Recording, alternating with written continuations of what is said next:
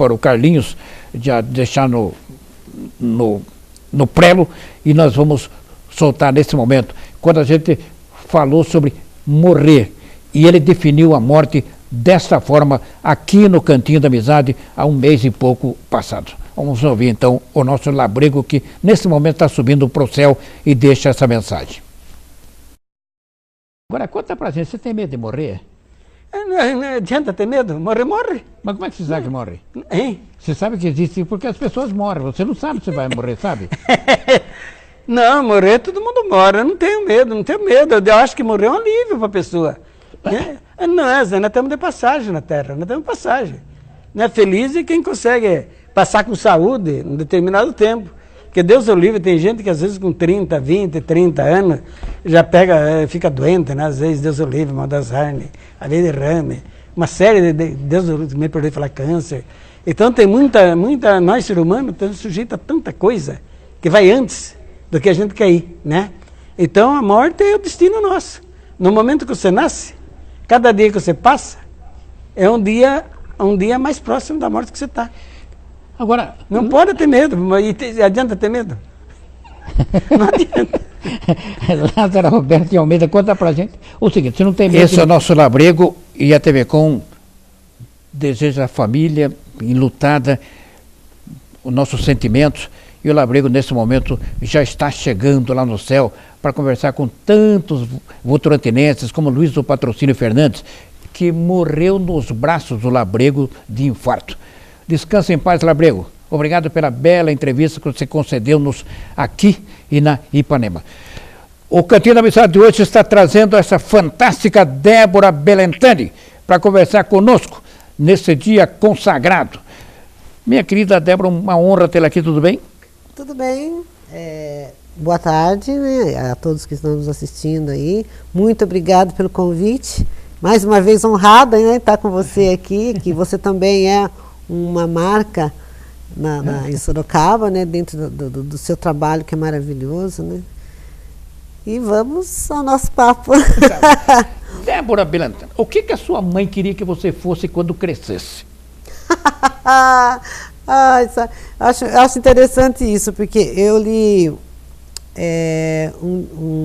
uma obra de um publicitário que dizia assim, que ele passou a vida dele inteira tentando explicar para a mãe dele o que ele fazia, porque ela não conseguia entender, nem ela nem o pai, qual era a profissão dele, né, que ele era diretor de arte. E a minha mãe, ela queria que eu fosse professora, ela queria que eu fosse, olha que coisa, datilógrafa, né? Aí, como eu sou única filha, única neta, única sobrinha, única tudo, então cada um queria uma coisa. Um queria que eu fosse bancária, outro queria que eu fosse... ela professora, outro queria que eu fosse bancária, outro queria que eu fosse datilógrafa, meu pai queria que eu fosse costureira. Oh, que legal. Ele falava, você não vai trabalhar. Ele falava, você vai trabalhar aqui em casa. Minha filha vai trabalhar aqui em casa para eu ficar de olho em você. Tá certo, pai. O pai era... pai tem que ser assim, porque o pai conhece. Ele era muito assim, a gente era muito apegado, demais. Ah, tá. Né? E quem foi sua primeira professora? Dona Eda Martins Gonçalves, lá no Francisco Eufrásio Monteiro.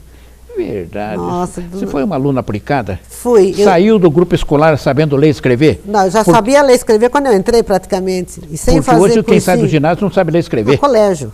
No colégio. No colégio não sabe isso. Dá um texto, lê igual uma certa figura que eu conheço aí, que aparece publicamente assim, nós estamos aqui para darmos uma notícia.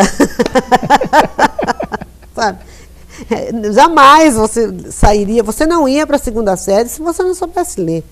Tá certo. Eu entrei com 6 anos, porque eu aniversaria em maio, né? Sim. Então se conseguiu um encaixe na escola para mim. E eu já entrei escrevendo meu nome, sabendo as vogais, porque em casa já se ensinava isso, não tinha prezinho, prézinho era para rico, pobre tinha que aprender em casa. É verdade, não existia esse negócio de creche. Pré-escola. A creche já existia, né? Mas era outra... O jardim de infância. Isso, e a jardim de infância só quem tinha dinheiro que punha o filho no jardim de infância. E a creche punha quem ia trabalhar, e a creche era diferente numa escola. E hoje a escola é um restaurante. Se colocar salsicha, ela cai o mundo. Nossa. Todo mundo quer matar o professor, o diretor, o governador, o presidente. No meu tempo era uma sopa rala e olha lá, tinha que ser da caixa. Caixa é o supra-sumo da pobreza. Você lembra do arroz doce? Sim. Melado, e sem era água, não era leite? Era verdade. Era arroz doce e sagu. Sou do tempo do arroz doce e sagu. Débora Pimentel, e aí você foi caminhando, o papai já sabia que você era uma menina bonita, aquela coisa toda, para ter essa marcação em cima, tal, essa coisa toda. Agora, a Débora queria ser o quê? A Débora não sabia o que ela queria. Verdade. Nunca me preocupei com o que eu ia ser quando crescer. Então você estava estudando para ser alguma coisa? Eu estava estudando. Tá vendo? Para você ter uma ideia, todo mundo ri quando eu falo isso. Eu estava no 3º colegial, fiz o 3º colegial no CEUNC, porque eu perdi meu pai muito cedo. Sim. Eu tinha 10 anos e ele tinha 42 anos. Tá. Né? Então ele não viu a chamada adolescência. Não, e ele não... O que eu digo, se ele estivesse vivo, eu teria sido costureira. Certo. Porque isso é uma coisa que eu aprendi, e uma coisa um pouco difícil para mim foi obedecer. Né? O que a família falava, para mim era lei e acabou, né? Certo.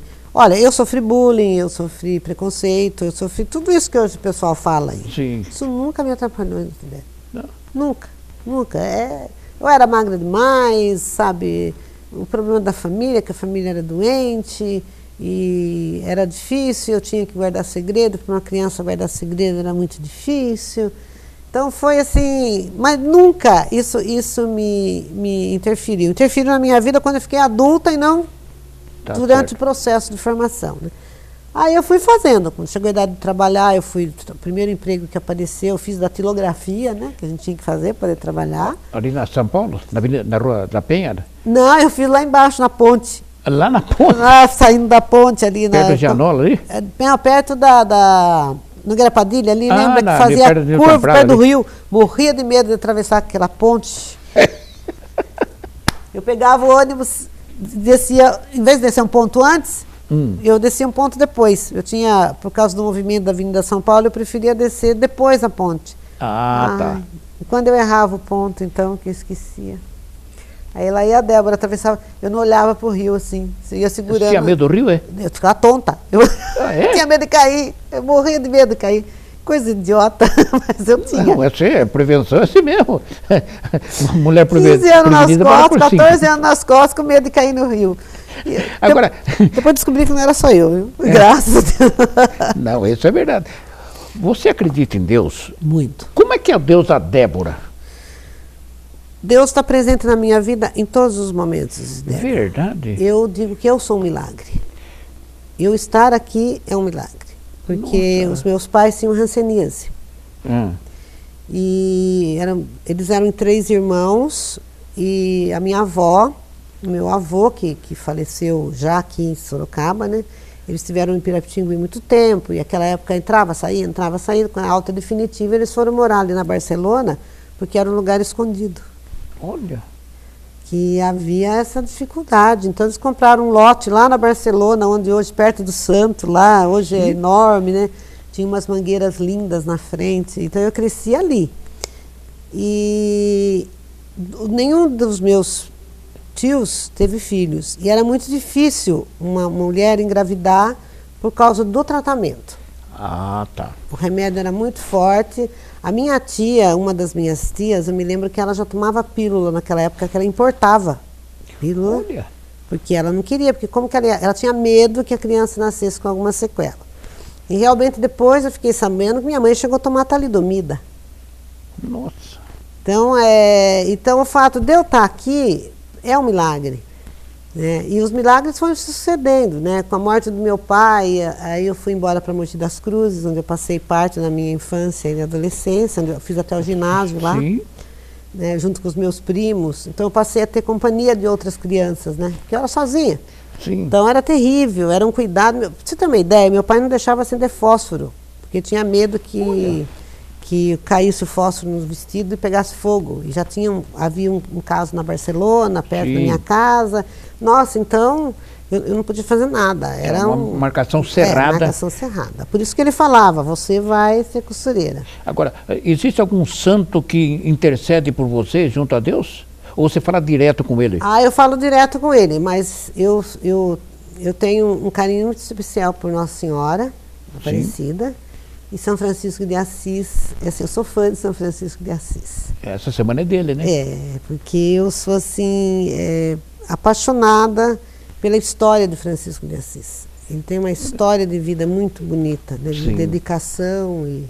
Abandonou tudo em favor dele, né? Ele largou tudo para cuidar dos pobres. E ele enfrentou a própria igreja, né? Sim. Porque a igreja não reconhecia a ordem dele, a ordem franciscana. Sim. E ele morreu praticamente desgostoso por causa da igreja. Ele considerava que a Irmandade o traiu quando a Irmandade fez um pacto com a igreja de aceitar ajuda de fora, dinheiro de fora.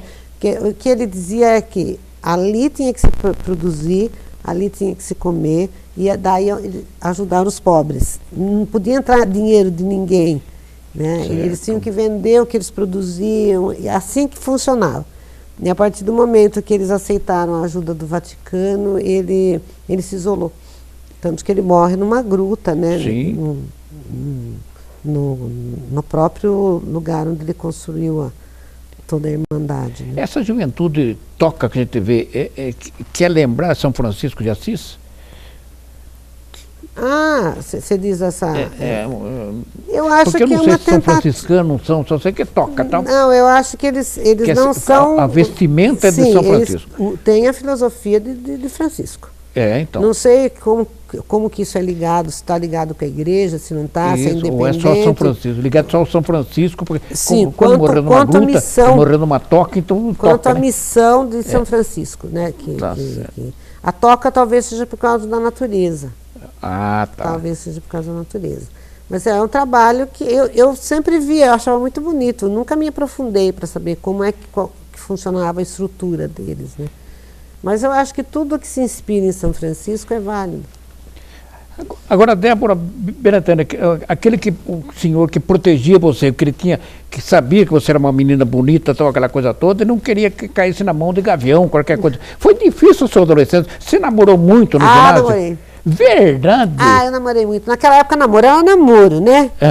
Se alguém tentasse alguma coisa, você já dava um chute e não terminava. Tempo, não. Então, Era por isso que eu falo que eu namorei muito, né? Quando começava, tchau, chega, para, né? É assim mesmo. Sim, mas eu namorava, assim, claro, tive uma grande paixão, né? Todos nós temos uma grande paixão, não deu certo, né? Marcou muito a minha vida, né? Inclusive o fim desse relacionamento teve a ver um pouco com a doença da família, né? Uma certa pressão, mas isso me deixou muito triste. Aí eu não queria mais saber, eu falei, não vou mais namorar ninguém.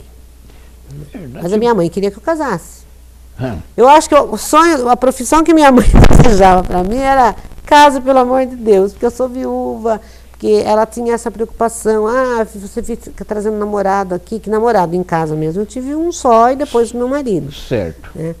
Mas ela falou assim, o que vão falar de mim, né? Que eu fico deixando você trazer homem aqui em casa. Era assim que a cabeça funcionava, era assim que aquela época funcionava.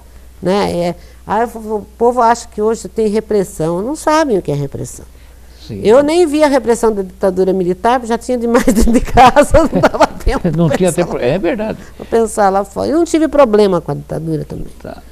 Né? Então foi ela. Aí quando eu conheci meu marido, que a gente começou a namorar, nós namoramos e noivamos, em 3 anos nós casamos, né? Sim. Mas, assim, na verdade, eu não gostaria de ter casado. É verdade, você não. Eu digo que a coisa mais legal da minha vida são os meus filhos. Nossa, morro por eles. Certo. Mas, assim, até queria ter filhos, eu já era muito... Independente de ser casado ou não. Eu era muito avançadinho para aquela época. Certo. Eu dizia assim, não, eu gostaria de ter um filho, mas não necessariamente de me casar. Sim, eu gostaria de conhecer o mundo, de viajar. Eram os meus sonhos, os meus planos. Né? É o que eu falei para você. No 3º colegial que eu descobri que existia uma coisa chamada vestibular e que eu ia ter que fazer, se eu quisesse estudar, eu ia ter que fazer uma faculdade. E não tinha dinheiro para nada, eu e minha mãe viúva, eu trabalhava no banco, como que a gente ia sobreviver, né? Aí eu fiz vestibular na FATEC. Muito difícil. Modalidade oficina mecânica. Passei. Passou no vestibular da FATEC? Ah, passei. Primeiro dia de aula, entro na aula, só homem na minha casa. Eu falei, meu Deus, onde que eu fui parar? Ah, mas reprovei em tudo. Eu passei só no que era, eu passei em desenho, que eu fui muito bem em desenho, né, desenho mecânico, e o SPB, que era o Bertone que dava, e língua portuguesa. De resto, fiquei tudo em DP. Aí falei, putz, não vai dar certo, né? Eu tentei o segundo semestre, no segundo semestre eu já estava namorando meu marido, aí ele fazia direito na época, estava no segundo ano de direito, ele falou assim, tenta o vestibular de direito. Sim. Daí eu fui, fiz o vestibular de direito e não passei. Mas aí eu já fiz o vestibular de letras, já emendei e já comecei o curso de letras, mas não consegui terminar também. No segundo ano eu perdi minhas avós, assim, eu fui no velório de uma, quando eu voltei eu achei a outra morta. Nossa. Isso me abalou de uma tal forma que quando começou o ano eu só chorava. Eu fiquei muito abalada, aí eu desisti. Aí casei, vem filho, vem isso, não sei o que, eu só fui terminar a faculdade em 87. Aí eu trabalhava já trabalhava na Exata. Ah, tá. Era um sacrifício danado. Da faculdade da tecnologia entrou quase que no lado do jornalismo. Tá? Eu fui fazer letras porque... E aí o professor perguntava assim para mim, poxa, você não vai dar aula, Débora? Mas de jeito nenhum. Você está doido? Eu mato um aluno dentro de sala de aula. Eu falei, que isso? Eu falei, ai meu Deus, eu não tenho paciência para dar aula. Eu tenho paciência com criança. Talvez se for dar aula para criança, tudo bem. Mas eu não consigo, eu não é esse o meu forte. O que você está fazendo aqui na faculdade? Eu falei, eu quero ser escritora. Eu falava para ele, eu quero ser escritora. Ele falou assim, mas é meio difícil isso, hein? Eu falei assim, mas eu trabalho com criação, eu estava começando, estava trabalhando com publicidade. Eu falei assim, para mim a área é complemento. Depois fui fazer cruzeirinho. Sim. Aí, claro que a faculdade foi fundamental em tudo isso. Foi fundamental. Mas eu continuava dizendo que eu queria fazer letras para ser escritora. Essa é a fantástica Débora Belentani, a artesã.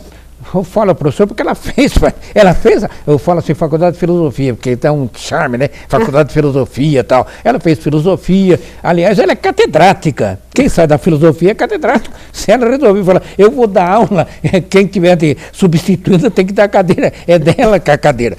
Aqui está, vamos para as fotos que ilustram a caminhada dessa fantástica menina. Essa menina também, olha aí. E aí? Então, lá na primeira foto da esquerda é minha avó e minha mãe. Certo. Elas tinham um laço muito forte, as duas.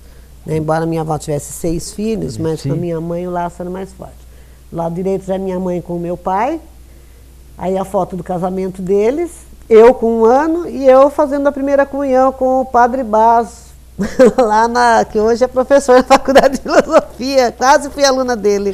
Ele era padre na época, ele que fez a minha primeira comunhão. Casou. Logo depois ele deixou a igreja, né? Isso, casou.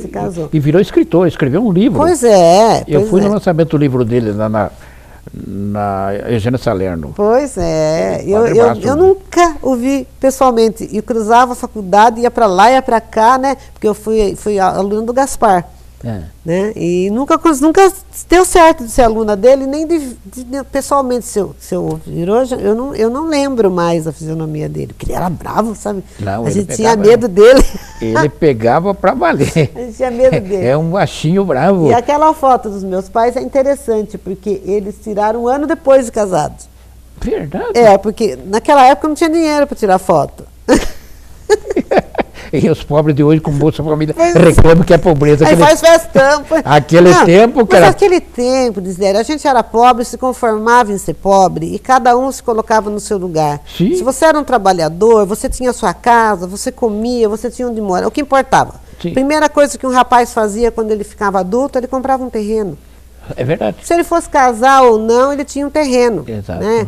Então se construía o seu lar com muito sacrifício, se construía a casa antes de casar, antes de ter uma namorada, né? Porque aquele tempo vendia um terreno 10 por 30 ou qualquer coisa. Paga quanto se puser. Ele vinha com a cadernetinha lá, anota aqui. O terreno da minha casa era 7 por 30, 7 por 28, uma coisa assim, que eu era o inglês, chamado dos ingleses lá da Barcelona, que eles praticamente fizeram toda aquela volta ali, aquele entorno ali da Barcelona ali, era deles. Então, era assim que funcionava, né? Não era comprar um carro e sair com as menininhas. Não, primeiro eu vou ter uma casa. Sim. Aí eu vou resolver. Namorava 1 ano, 2 anos, 10 anos, se fosse. É verdade. Mas tinha o seu bem. Então, a minha mãe me contava, falou assim, mãe, nossa, ela quase me matava. Eu falei, por isso que ela tá gorda desse jeito. Nossa, ela quase me matava. Porque ela ficou grávida de mim 4 anos depois do casamento. Ah, tá. Né? E ela contava, ela falou assim, não, a gente esperou. Eu falei assim, eu pensei até que nem ia caber no vestido, arrumaram um vestido lá para mim, o seu pai pôs um terno. Eu falei assim, como arrumaram o vestido? Não era o seu do casamento? Eu falei, mas não servia mais.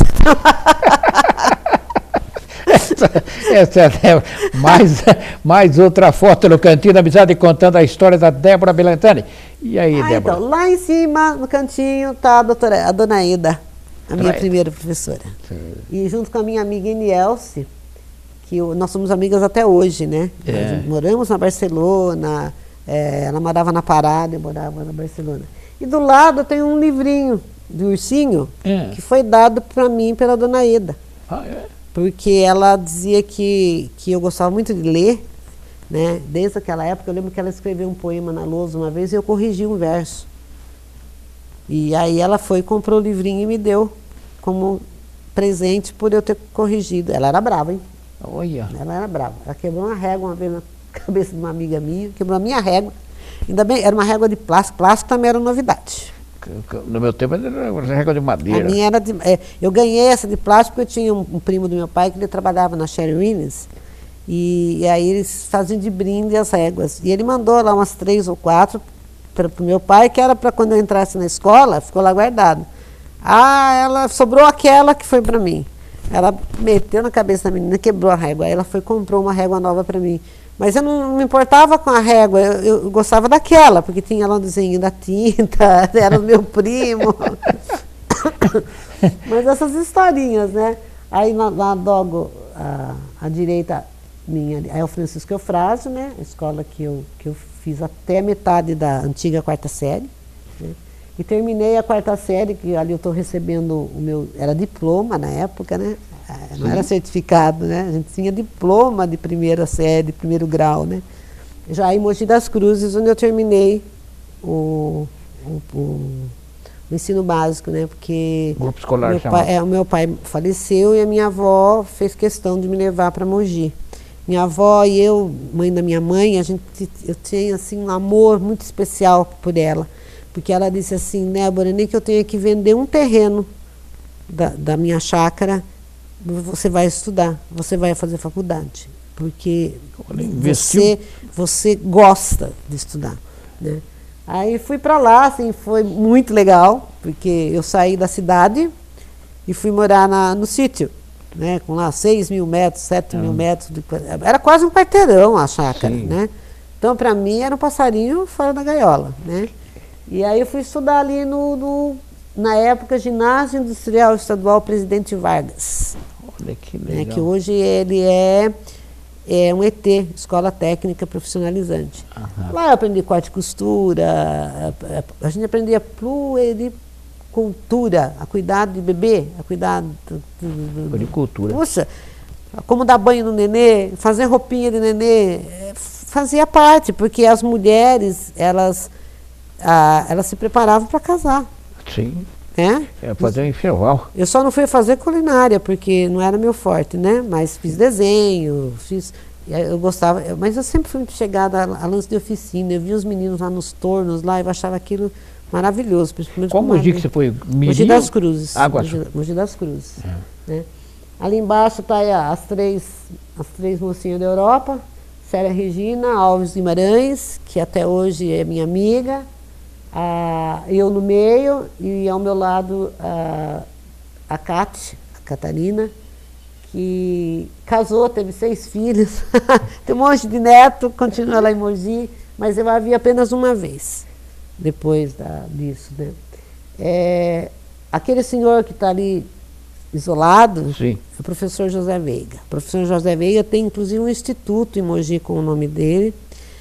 Ele leu o meu primeiro poema, né? Eu estava na primeira série, né? Que hoje é a 5ª série, e eu estava completamente distraída, meu pai tinha morrido, eu usava luto ainda, para você ter uma ideia.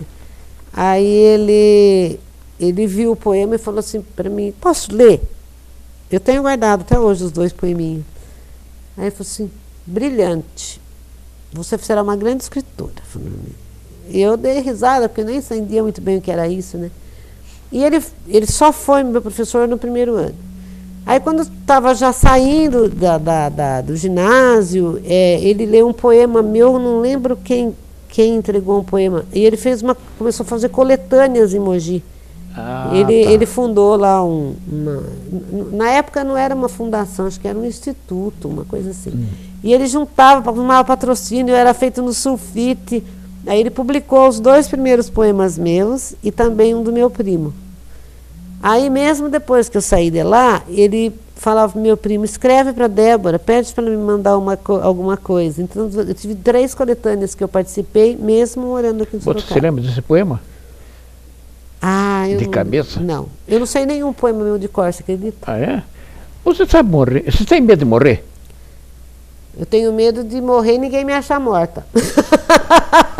Verdade? Esse é o seu medo? De medo. Ficar na minha casa lá, me sentir mal. Isso eu tenho medo, sabe? Porque a morte para mim não é fim.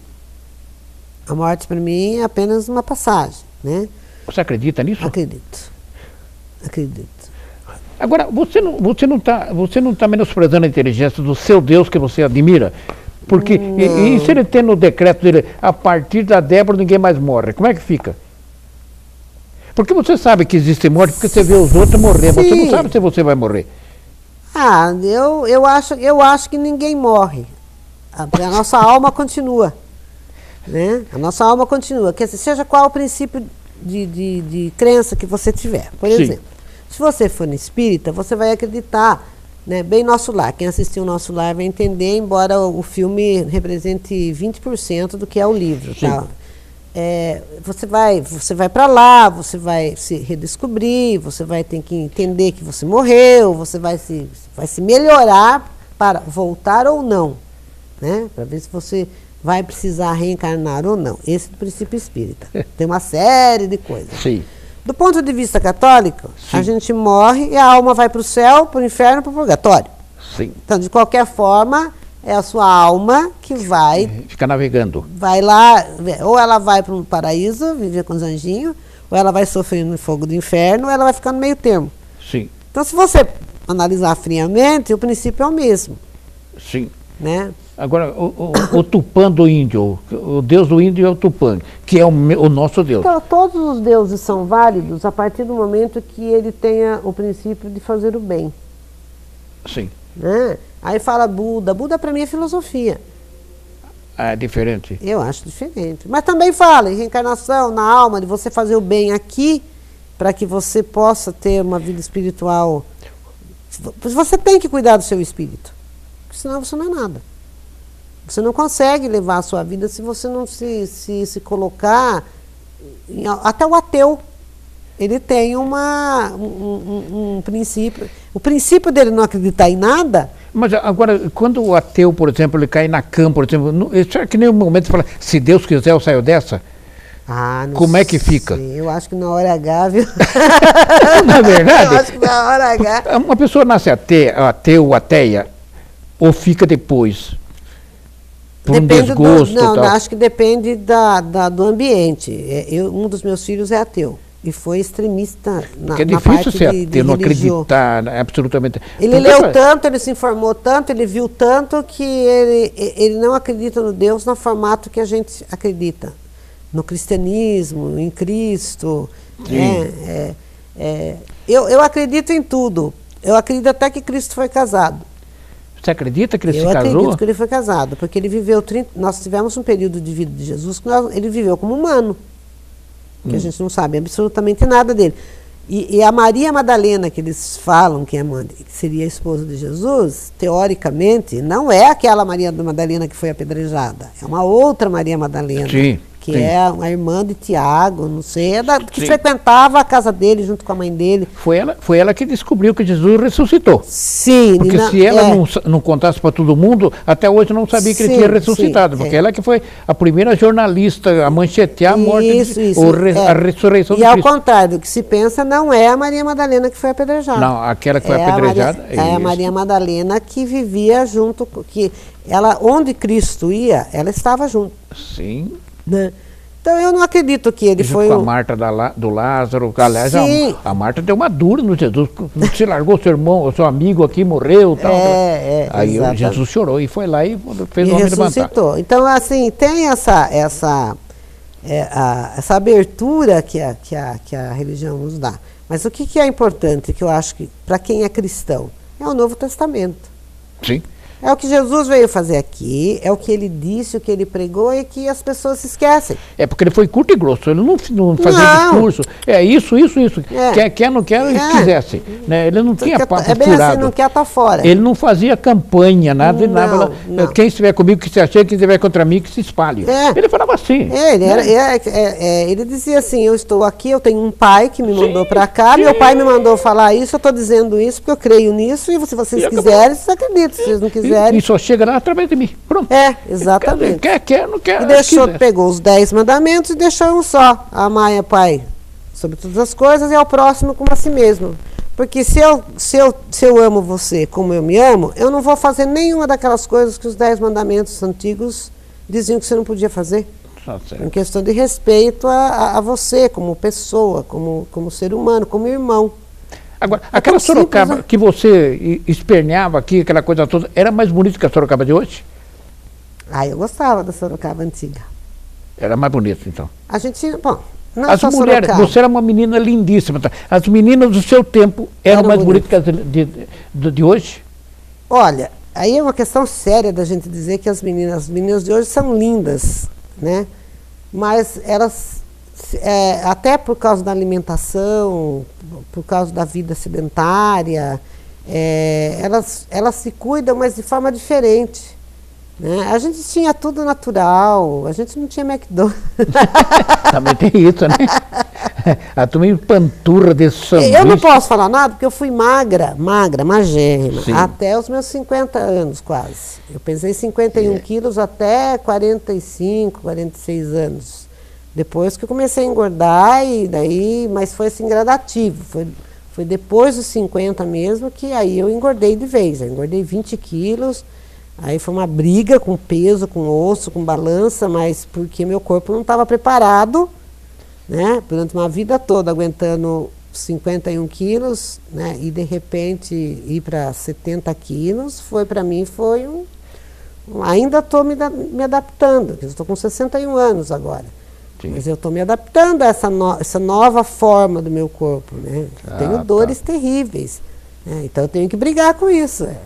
Mas eu acho que as mulheres, cada uma no seu tempo, tem um tipo de beleza, né? A gente vê aí, por exemplo, na Idade Média, a gente vê os quadros antigos, que as mulheres eram gordas, né? Redondas, lindas, maravilhosas, né? Eu passei por isso, porque no meu tempo de adolescente, eu me lembro que eu me inscrevi num concurso do Miss Sorocaba. Pessoal da faculdade. Verdade? Você ia combater quem? A Mara? Não, pior ainda, Cátia Celestina Moreto, jamais. Loiraça. Linda, maravilhosa, perfeita. Não, né? Então, a Célia de Santos, Sorocaba tinha uma fauna que Nossa, a Cátia era assim. A Cátia estrondava. Nossa, ela era alta, enorme. Eu lembro que ela pesava, se eu não me engano, ela calçava 40, ela vai pedrada. Mas ela era linda, maravilhosa. E os meninos da faculdade, eu ia fazer 18, porque eu entrei na faculdade com 17. Então eles estavam esperando eu fazer 18 para ir lá. Nós vamos pôr. Imagina, eu pesava 47 quilos, eu tinha 1,68 m, que chance que eu tinha. Mas Sorocaba teve uma fase, eu lembro da Fábia, uma menininha, loirinha, o pai dela tinha um restaurante e ela foi no meu programa de rádio lá e tal, e não sei o quê, eu falei, você sabe que você vai ganhar? Como assim? Não, você vai ganhar, ela tinha uns 17, aquela coisinha. Vai sim, tal, você vai ganhar. Não, porque a Vera Fischer é loira, ganhou, não sei quem é loira, ganhou, tal, você vai ganhar também, porque é a moda loira agora, aquela coisa toda. Tal. E não sabe que, quando ela chegou em São Paulo, ela ligou para mim. Olha, acho que eu vou perder, porque eu estou numa situação, meu olho ficou roxo, que ela estava naquele momento dela, os 28 dias da mulher, tal, aquela coisa toda, e não, fique tranquila, você vai ganhar. Então, não, ganhou a eleição, ganhou o concurso. Eu acho que ela fez uma propaganda pro Esplanada, se eu não me engano, pra gente, na época que o Esplanada era da TCM. Aí ela ligou para chorando, você tem uma língua de não sei o quê, não sei o quê. Não, você está na cara que era uma sequência de loiras. E ela era muito bonita. Muito bonita. Nossa, Sorocaba sempre teve representantes divinas, lindas, exatamente, né? Só a Mara que não era daqui, né? A Mara era da Faculdade de Medicina. Era aí o que você quer falar, era médica, né? Era médica e foi embora daqui. Aliás, nem fizeram a formatura aqui, né? Quando eles fizeram o calouraço aqui na cidade, arrebentaram com a cidade. Eles fizeram a formatura e realizaram fora de Sorocaba. Aquela geração foi pesada, né? Eu falo, né? O pessoal reclama, né? Com essa história de faculdade, ficam pondo post de gente pelada nas universidades. Eu já conheceram a Faculdade de Medicina de Sorocaba. Nossa, quem morar ali no Vergueiro, aquelas repúblicas, eles não estavam nem aí. E não tinha nada de esquerda, não tinha nada de política, não tinha nada de nada. Eles eram assim, eles eram estudantes, eles eram doidinhos e eles faziam isso. E eles se arrebentaram com Sorocaba. E aqueles que mataram um rapaz na piscina. Então, a gente tem uma história trágica com universidade aqui, né? Tanto que o trote aqui foi proibido. Sim, foi por causa dessa história. Pesado, né? Arrebentou. Foi proibido. Eu lembro que as três vezes que eu prestei vestibular, eu passei na FATEC, o trote também só tinha 2 mulheres, o resto era tudo homem. Também foi algo leve. Quando eu entrei, que eu voltei a estudar, o trote também foi leve, e quando eu resolvi mesmo que eu parei, não, agora eu já estava com os 3 filhos, né? Eu falei assim, minha mãe falou, vai terminar a faculdade, Deus o livre, eu morro, você não terminou a faculdade, aproveita que eu estou viva e vai fazer a faculdade. Nosso trote foi um trote solidário, foi um trote maravilhoso, foi muito engraçado, foi uma semana assim que eles escolhiam um par de outro curso. Era um homem e uma mulher. Aí o crachá da mulher ia para o homem e o crachá... o cara virava Débora. Eu lembro até hoje que o meu foi do Sérgio.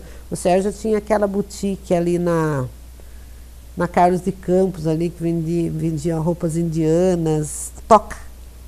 O Sérgio era o dono da Toca. Então o Sérgio foi Débora por uma semana e eu fui Sérgio por uma semana. Mas era só risada, mas era produtivo. Nós fizemos teatro, nós fizemos um monte de coisa.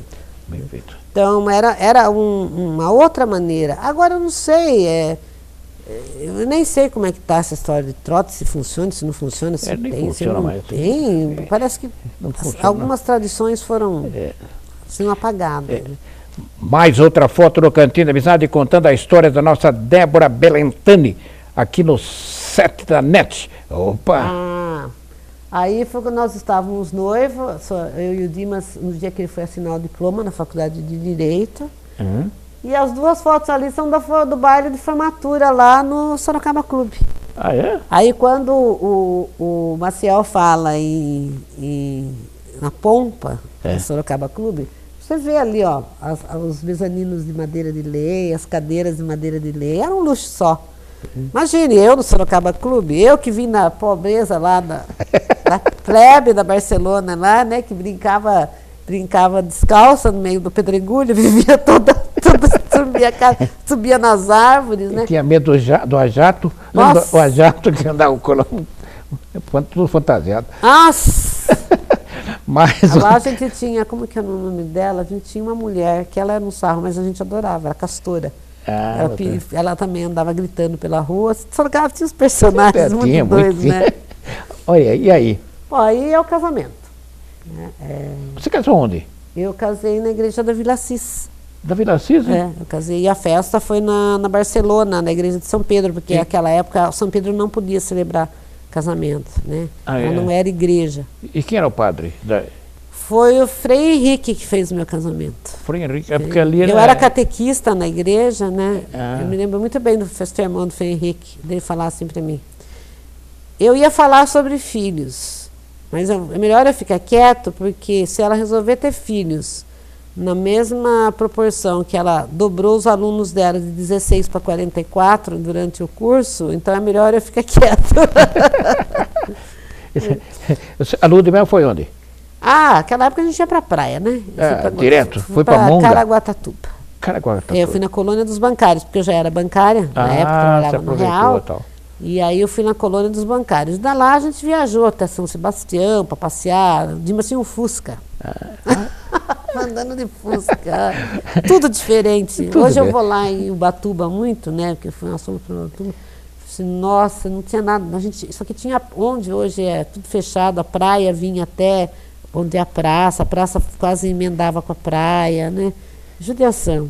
Judiação que nós, seres humanos, fazemos com a natureza. Né? Mais outra foto no Cantinho da Amizade contando a história da Débora Belentana, essa menina fantástica de Sorocaba, artista, artesã. E aí? Aí a formatura. Né? A família reunida, a formatura, Oi? Felipe, Fernando e Fabi. Minha mãe toda orgulhosa, né? Olha que minha mãe. Ela assistiu isso, né? Ela assistiu. Minha mãe morreu em 95. Ela chegou a ver os meus filhos, o mais novo com 12 anos, que o mais novo era o xodó dela. Maravilha. E ali, a minha amiga Iniels, que está lá na primeira foto, com a dona Eda. Nós trabalhávamos juntos na Exata, ela era recepcionista na Exata, e ela fazia história e eu fazia letras. E éramos grandes amigas, quer dizer, continuamos grandes amigas, né? Que maravilha. Muitas aventuras juntas na faculdade. Mais outra foto no Cantinho da Amizade contando a história da Débora Belentani. É tudo escritura. E aí? Aí são os filhos. Filhos, noras, genros e netos. Né? Lá em cima o meu filho mais velho, com a esposa dele, com a Cátia. No meio o Felipe com a Fernanda, que o Felipe é o fanfarrão, assim, ele, quando ele era criança, disse que ele queria fazer teatro, ele queria trabalhar em teatro. Né? Mas a vida, né, dá as suas voltas, né? A minha filha foi modelo e ele queria fazer teatro, ele ficou bravo porque eu acompanhava ela para ser modelo, mas não acompanhava ele para fazer teatro. Só que tinha uma diferença, ele tinha 12 anos e o cara queria levar ele para São Paulo para morar em São Paulo. Eu falei assim, não, mas de jeito nenhum que você vai. E sem mamãe junto, ó, de jeito nenhum. Ali, lá no alto sou eu com as minhas duas netas, com a Lara e a Olívia. Aqui embaixo já estão as duas maiorzinhas, né, que foi na Páscoa agora. No meio está a Fabiana, né, que também está aqui embaixo na direita. Ela e o marido, o Gabriel. O meu filho Felipe com a Lara. E esse toquinho de gente ali é o Natan, que nasceu dia 31 de dezembro. Que legal. É o meu toquinho. Vamos ver mais fotos aqui da nossa Débora Belentani no set da NET ao vivo, na TV Com, de Sorocaba. Aí, ó. Aí são os meus trabalhos. Lá em cima foi com a confraternização do ano retrasado do pessoal do Banco Real. Né? Que muitos até já não estão entre a gente, né? Mas foi muito legal rever todos os colegas daquela época, né? Porque foi o emprego que eu mais curti, assim, foi o Banco Real, porque era muito divertido. E eu trabalhava na devolução de cheque e às vezes na compensação. Então tinha dia que eu entrava às 7 da manhã e saía à meia-noite, né? Mas a gente não se queixava, não, a gente curtia pra caramba. Depois tem ali a Exata, né? Com o pessoal da Exata, a TCM. E, por último, aqui a Núcleo TCM, né, representada pelos colegas. Né? Vamos ver mais fotografia aqui da nossa Débora Belentani, no set da NET, contando a sua vida aqui no Cantinho da Amizade, que conta a história. Aí um pouco do trabalho, né? Aquela foto, a primeira foto lá, com aquelas crianças no saco, foi o meu primeiro trabalho em publicidade. Ali na Exata. Todas aquelas crianças são lá do meu bairro. Então é meu filho, minha filha, o Flávio Dini, que é filho do Fernando Dini, neto. Os dois, o Lima, o Alexandre, todos hoje já casados, pais. E foi um cartaz para Férias Quentes. Você lembra do projeto Férias Quentes da Prefeitura? Que era, eu lembro que o título era Quem Chegar por Último. Abertas as inscrições para Férias Quentes. Quem chegar por último... Quem criou isso, né? Isso. Quem chegar por último é a Mulher do Sapo. Então, eles correndo... Né? Mas ali depois do lado é a minha noite de autógrafo do Max, né? Lua de Papel e a posse, as duas fotos da posse da Academia Sorocabana de Letras. Mais outra foto no Cantinho da Amizade contando a história da Débora Belentani. Opa! Continuando o trabalho, o Lua de Papel e o Max, que esses são efetivamente os que foram publicados, né? Sim. E aquela foto no canto ali, sou eu e a filha da Vera Polis, que ela tinha uma boutique e ela era a nossa cliente. Aí precisava de uma modelo para fazer a foto e não tinha. Aí falaram, eu dava os fotógrafos, Luizinho era um barato, né? Eu tenho até uma foto com o Luizinho, eu esqueci de fotografar, de trazer, porque é uma foto muito engraçada nossa, esperando o carro do Cruzeiro do Sul chegar, e não chegava nunca. Ele faz uma pose aí, que vamos fazer isso, porque nós estamos tristes, mas eu comecei a dar gargalhada, eu não conseguia. E ele tirou a foto, e ele falou assim, vai lá, Débora, vai lá você. Falei, eu sou muito magra, não vou caber nessas roupas. Não, a gente bota fita crepe, porque fita crepe é amiga de todos os produtores, né? Aí ele veio a filha dela e eu fizemos uma foto, né? E ficou para a posteridade a foto de modelo por um dia. Mais outra foto divertida, Débora. Mais outra foto no Cantinho da Amizade contando a história da Débora Belentani. Então, aqui é a família, lá em cima são os meus primos de Mogi, né? Eu coloquei duas fotos porque está faltando um deles, está na foto de cima, que é o Gabriel, o Cido, eu tiro, e na foto de baixo, logo no meu caso aqui, à minha esquerda, né? É o Gil, Sim. Que eu fui para Mogi, fui criada com eles como irmãos. Sim. Então, eles são mais irmãos, tanto que os filhos me chamam de tia. Sim. E vai, né? Vai nascendo filho do filho, vai virando tia. Na família. Continua. Faz parte da família já. À direita lá em cima é minha tia Jane, ela tinha síndrome de Down, mas ela era minha companheirona. E ela, olha, o que eu e essa Jane aprontamos juntos, viu? Porque ela tinha cabeça de 6 anos, mas olha, ela era inteligente pra caramba, ela aprontava. Sabia. Ela era minha companheira de peraltice. Uma vez eu tinha uma goiabeira na casa da minha avó, que ela era lisa, assim, enorme. E os meninos, né, agarravam e subiam. Sabia. E eu tentava, eu vivia machucada, porque escorregava a casca da goiabeira, machucava. Sim. Aí eu falei assim, um dia eu cheguei e falei, Jane, eu vou subir nessa goiabeira. Ela falou para mim, assim, ajudo. Foi verdade, será que ela pôs a mãozinha? E aí ela foi me empurrava a bunda, ela começava a dar risada. Eu falei, vão cair as duas daqui. E eu subi, e não conseguia descer. E essa menina ria, ela foi chamar a mãe, fui chamar a minha avó. Você foi traquina também. Eu fui. Débora, você tem mais medo da mentira ou da traição? Os dois estão ligados. Verdade. Os dois são ligados. Os dois machucam. São ligados, os dois machucam, porque quando você trai alguém, você mentiu. De alguma forma você mentiu. Né? Toda traição está ligada a uma mentira. A traição é uma mentira. A traição é uma mentira. Uma mentira. Agora, conta pra gente o seguinte, se você fosse prefeita de Sorocaba hoje, o que você faria por Sorocaba, que Sorocaba não tem e precisa ter? Puxa vida, Sorocaba não tem. Sorocaba precisa de uma reforma geral, né? Sorocaba precisa de uma atenção à educação melhor, né? Acho que está tudo tão parado, tão monótono. Sorocaba está monótona, né? Sim. Tudo bem, está faltando dinheiro, né, Desidério? A gente sabe que sem dinheiro sonho é lindo, mas... Nada vai. Então eu acho que a gente tinha que ter mais festivais de teatro, mais festivais de música, mais festa, mais alegria. Sorocaba tinha muita Sorocaba está carente de alegria. Precisa ver. De alegria. A gente tinha aquela feira que era maravilhosa, né?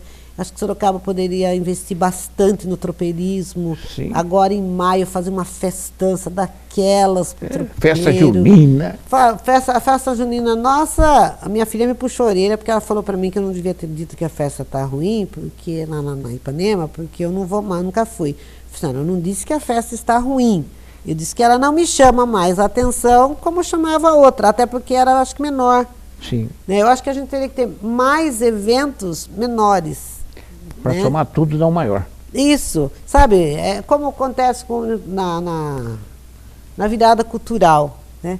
E a virada cultural, sabe, não é ter show só num lugar. São Paulo usou muito bem isso esse ano, distribuiu por São Paulo.